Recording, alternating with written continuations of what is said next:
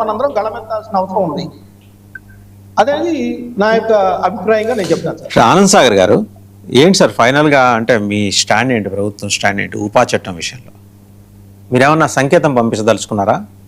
రాష్ట్రంలో ప్రజలందరూ ఒళ్ళు దగ్గర పెట్టుకుని ఉండాలి, ఏమన్నా తేడాపాడా చేస్తే ఉపా చట్టం పెట్టేస్తాం? లేదు సార్, మీరు కూడా కొంచెం డీప్ గా ఆలోచించండి. ఇటువంటి జనాలకున్న సందేహం అండి, అడుగుతారు. మీరు ప్రభుత్వంలో ఉన్నారు కాబట్టి అడుగుతారు మిమ్మల్ని. ఆ సందేహం ఉంది, ఎందుకంటే మీ మీద వైఎస్ఆర్సీపీ అరాచకాలు, దౌర్జన్యాలు, పైశాచిక ధోరణులకు విసిగి వేసారి మిమ్మల్ని ఎన్నుకుంటే మీరు కూడా వారికి భిన్నంగా ఏమీ లేకుండా అంతకు మించి అరాచకం చేస్తున్నారని ఒక అభిప్రాయం నెలకొన్న నేపథ్యంలో వచ్చిన ప్రశ్నకి మీ దగ్గర నుంచి సమాధానం కావాలి. రెండేళ్ల తర్వాత మీరు మాట్లాడకూడదు, డిస్టర్బ్ చేయకూడదు. మీరు వినడం నేర్చుకోండి. మీరు వినడం నేర్చుకోండి. నా టైంలో మీరు జోక్యం చేసుకోకూడదు. రైట్. ఆయన ఏదో ఒకే ఒక నిమిషం ఆయన ఏదో మిమ్మల్ని ప్రశ్న అడుగుతారట. ఆనంద్ సాగర్ పద్ధతి కాదు, పద్ధతి కాదు. మీరు వ్యవహరించాలి. ఆనంద్ సాగర్ గారు ఒక్క నిమిషం, ఆయన ఏదో ప్రశ్న అడుగుతారట, జస్ట్ వినండి. ఇప్పుడు మిమ్మల్ని మాట్లాడినప్పుడు స్పందించారు.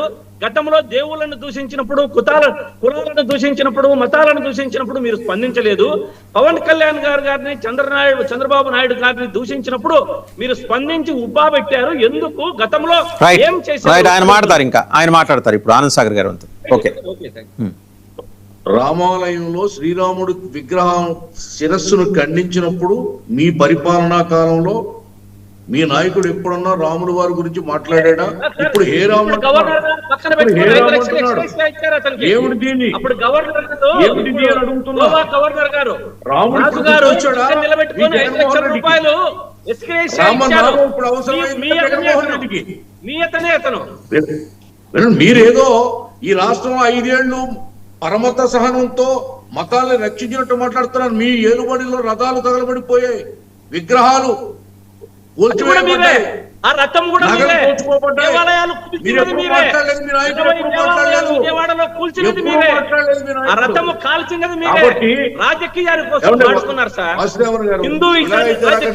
శ్రీకాంత్ గారు ఆయన మాట్లాడియండి. శ్రీకాంత్ గారు మీరు మాట్లాడేంత వరకు ఆయన ఏం మాట్లాడలేదు. ఆగండి, మీరు ఆగండి. ఆయన లెట్ హిమ్ కంప్లీట్. ఓకే. ఎప్పుడు మీ పరిపాలనా కాలంలో అనేక సంఘటనలు పెద్ద పెద్ద పేరు మోసిన దేవాలయాల్లో జరిగితే మీ నాయకుడు మాట్లాడలేదే? ఆఖరికి తిరుపతి కల్తీ లడ్డు గురించి కూడా మీ నాయకుడు ఎప్పుడు మాట్లాడలేదే? తిరుపతి కొండ మీద జరిగినటువంటి దోపిడీ గురించి మీ నాయకుడు మాట్లాడలేదే? మీరు ఈవేళ హేరామ్ అని ఎందుకు అంటున్నారు? మీరు హేరామ్ మీకేంటి అవసరం? ఒక్కటి సార్, వాసుదేవన్ గారు, ఈ దేశం స్వాతంత్రం వచ్చిన తర్వాత, స్వతంత్ర భారతావనికి అవతరించిన తర్వాత ప్రతి పరిపాలకుడు కూడా ప్రధానమంత్రి కావచ్చు, లేదా రాష్ట్ర ముఖ్యమంత్రులు కావచ్చు, మన రాష్ట్ర ముఖ్యమంత్రులు అందరూ హిందువులే. కానీ ఏనాడైనా క్రైస్తవం మీద కక్ష కట్టారా? ఈ దేశంలో, ఈ రాష్ట్రంలో క్రైస్తవ మతం ఆచరించకూడదు ఎవరో అని చెప్పి నిషేధం పెట్టారా? ఆంక్షలు పెట్టారా? వాళ్ళ సభలకు అడ్డు చెప్పారా? కానీ ఇదేమి కుట్రని అడుగుతున్నాం మేము. ఉపా చట్టం పెట్టడం వెనుక ప్రభుత్వం కుట్ర ఉందని వాళ్ళు భావిస్తే ఇప్పుడు ఆయన మాట్లాడతాడు రావణ్ చౌదరి అని. జై భీమ్ అన్నప్పుడు, దళిత క్రైస్తవ మీటింగ్ వెళ్ళి మాట్లాడినప్పుడు మీ సోషల్ మీడియా అక్కడికి ఎందుకు వెళ్ళిందని వాసుదేవన్ గారిని అడిగితే మీరు సమాధానం చెప్పలేదు. అప్పుడు అతను దళితుడు. మీకు జై భీమ్ అనే ఒక పవిత్రమైనటువంటి మాటను, జై భీమ్ అనే పవిత్రమైన మాటను, పాలీ భాష, జై భీమ్ అనేది తెలుగు భాష కాదు, ఇంగ్లీష్ కాదు, సంస్కృతం కాదు, బుద్ధుడు కాలం నాటి మాట. ఆ మాటని ఈవేళ దళితులందరూ ఒక ఆయుధంగా, ఒక నినాదంగా, ఒక నమస్కారంగా, ఒక సంస్కారంగా దాన్ని వాడతారు. అది వాడినప్పుడు అతను మీకు దళితుడు, దళిత క్రిస్టియన్. అతను కులం బయటపడిన తర్వాత రావణ్ చౌదరి. ఎన్ని మడతలు పెడతారు, ఎన్ని యూటర్న్లు తీసుకుంటారు? అప్పుడు మావాడు అంటారు, ఇప్పుడు మావాడు కాదంటారు, చౌదరి అంటారు. ఏం మాట్లాడతారు మీరు? ఒక ప్రభుత్వం ఒక చట్టం పెట్టినప్పుడు దాని వెనకాల అనేక మంది ఐపీఎస్ అధికారులు ఉంటారు. ఒక రిటైర్డ్ అయిపోయిన ఐపీఎస్ అధికారి చెప్పే మాట కాదు. ఇక్కడ వందలాది మంది ఐపీఎస్ ఉంటారు, ఎస్పీలు ఉంటారు, డీజీపీలు ఉంటారు, డిఐజీలు ఉంటారు. వాళ్ళందరూ ఆలోచించే చట్టాన్ని ప్రయోగించారు, ఊరికనే ప్రయోగించలేదు. ఏబీ వెంకటేశ్వరరావు గారి ఇంటిగ్రిటీని మీరు క్వశ్చన్ చేస్తున్నారా? ఎస్, ఖచ్చితంగా క్వశ్చన్ చేస్తున్నా. ఆయన రిటైర్డ్ ఆఫీసర్. అంటే రిటైర్డ్ ఆఫీసర్ చెప్తే దానికి శాంక్టిటీ ఉండదా? రిటైర్డ్ ఐపీఎస్ చెప్తే దానికి శాంక్టిటీ ఉండదా? ఉంటే ఉండొచ్చు, కానీ ఆయన మాట్లాడింది కరెక్ట్ కాదు. ఈవేళ ఈ ప్రభుత్వంలో ఒక వ్యక్తి మీద ఉపా చట్టం పెట్టింది ఎవరు? ఐపీఎస్లు కాదా? అనుభవజ్ఞులైనటువంటి ఐపీఎస్లు కాదా అని అడుగుతున్నా. వాళ్ళని ధిక్కరిస్తాడు ఆయన. వాళ్ళు పెట్టారా, వాళ్ళ చేత మీరు పెట్టించారా? అంటే వాళ్ళకంటే వాళ్ళు పెట్టారా, వాళ్ళ చేత మీరు పెట్టించారా అనే ప్రశ్న ఆయన వేశాడు.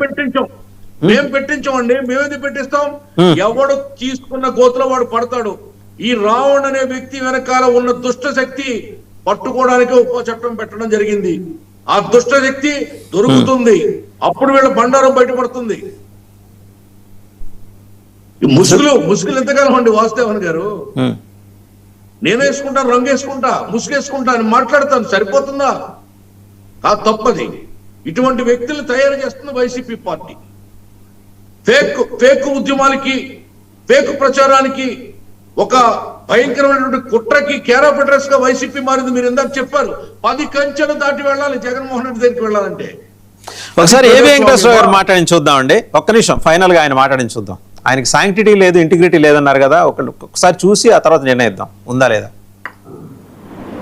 రావణ్ మీద పెట్టినటువంటి యూఏపీఏ కేసు ఏదైతే ఉందో ఆ ఉగ్రవాద నిరోధక చట్టం యొక్క ఉద్దేశాలకి పూర్తి వ్యతిరేకం. రావణ్ మీద పెట్టిన 20 పేజీల రిమాండ్ రిపోర్టు చదివాను. ఇందులో పెట్టిన సెక్షన్లన్నీ చదివాను. ఆ సెక్షన్లో ఒక్కొక్క సెక్షన్ అర్థం ఏమిటో తెలుసుకున్నాను. ఇందులో వాళ్ళు పెట్టినటువంటి ఎవిడెన్స్ కానీ, ఇందులో వాళ్ళు పెట్టినటువంటి రావణ్ చేశాడు అని చెప్తున్నటువంటి పనులు కానీ, అవి ఏమీ కూడా యుఏపీఏలో పెట్టిన సెక్షన్ 13 కానీ సెక్షన్ 39 కింద కానీ ఎట్టి పరిస్థితుల్లోనూ నిలబడవు. ఈ రోజున సో అదండి ఫైనల్గా ఆయన ఏంటంటే ఆ సెక్షన్ 13 ఆర్ సెక్షన్ 30 రెండు కూడా నిలబడవని. ఫైనల్గా మస్తానరావు గారు కుడి ప్లీజ్ కంక్లూడ్ చాలా క్విక్గా, ఒక్క నిమిషం టైం ఉంది. మస్తానరావు గారు. సార్, ఇప్పుడు నేను ఒక ప్రశ్న, అంటే ఏబి వెంకటేశ్వరరావు గారి విషయంలో ఆయన ఏదైతే క్లారిటీగా చెప్పారో దాన్ని మనం కూడా అందరూ ఆలోచించాల్సిన అవసరం. ఎందుకంటే తీవ్రవాదుల మీద పెట్టే అంత బలమైన చట్టాన్ని ఇక్కడ ప్రయోగించడం చర్చ జరగాలి దానిలో. ఎందుకంటే మీరు అన్నట్టు ఇందాక ఎవరి మీదైనా ప్రయోగించచ్చు. సో అంత బలమైంది ఒకటి. రెండోది, జగన్ గారి మధ్య హే రామ్ అని అంటున్నారు. మరి అక్కడ వాళ్ళ పార్టీ నేతలేమో రావణుని గెలిపిస్తా ఉన్నారు. వీళ్ళు రాముణ్ణి గెలిపిస్తారా, రావణుని గెలిపిస్తారా? శ్రీకాంత్ గారు ఏమైనా చెప్తారేమో నా ఉద్దేశం. రైట్, నెక్స్ట్ డిబేట్లో శ్రీకాంత్ గారి చేత ఆ విషయం చెప్పిద్దాం. ఈ లోపల ఆయన కూడా హోంవర్క్ చేసుకుని వస్తారు. Thank you very much Srikanth గారు, మస్తానరావు గారు అండ్ మొక్క ఆనంద్ సాగర్, అందరికీ ధన్యవాదాలు. సో రావణ్ణి 10 రోజుల కస్టడీకి పోలీసులు తీసుకుంటున్నారు. అండ్ మంగళవారానికి గన్నవరం కోర్టులో వచ్చిన పిటిషన్ మంగళవారానికి వాయిదా పడింది. సో ఉపా చట్టంకి సంబంధించి తాము సవాల్ చేస్తున్నాం, బట్ మేము గెలుస్తామా లేదా అనే దాని మీద మాకేమీ క్లారిటీ లేదు, నమ్మకం లేదు. ఒక విశ్వాసం అయితే ఉంది, గెలవబోమని చెప్పేసి పొన్నవాళ్ళు అంటాం. అంటే యుద్ధానికి వెళ్ళే వాళ్ళు ఓడిపోతున్న వాళ్ళైనా సరే ఖచ్చితంగా ఈ బ్యాటిల్ మేము గెలిచి తెరుతున్నాం, రేపు పొద్దున మేమే అక్కడ రాజ్యం ఏర్పాటు చేస్తున్నాం అంటారు. పొన్నవాళ్ళు గారు మరి అంత నిస్త్రాణగా ఎందుకు మాట్లాడారు, అంత సినికల్గా ఎందుకు మాట్లాడారు అనేది ఆలోచించాల్సిన విషయం. మనం వాదించవచ్చు, ఆ వాదనలో బలం లేకపోవచ్చు, బట్ మనం గెలిచి తీరుతామని చివరిదాకా చెప్పటమే యుద్ధంలో తంత్రం. ఆ తంత్రాన్ని, ఆ లాజిక్ని వైసీపీ ఎందుకు మిస్ అవుతుందో, ఆ కంచెలన్నీ దాటుకొని వాళ్ళ అధినాయకుడి దాకా ఎప్పుడు వెళ్తారో కార్యకర్తలు ఈ కోటరీలను దాటి వేచి చూడాల్సిన అవసరం. Thank you very much for watching big debate. ఈ రోజున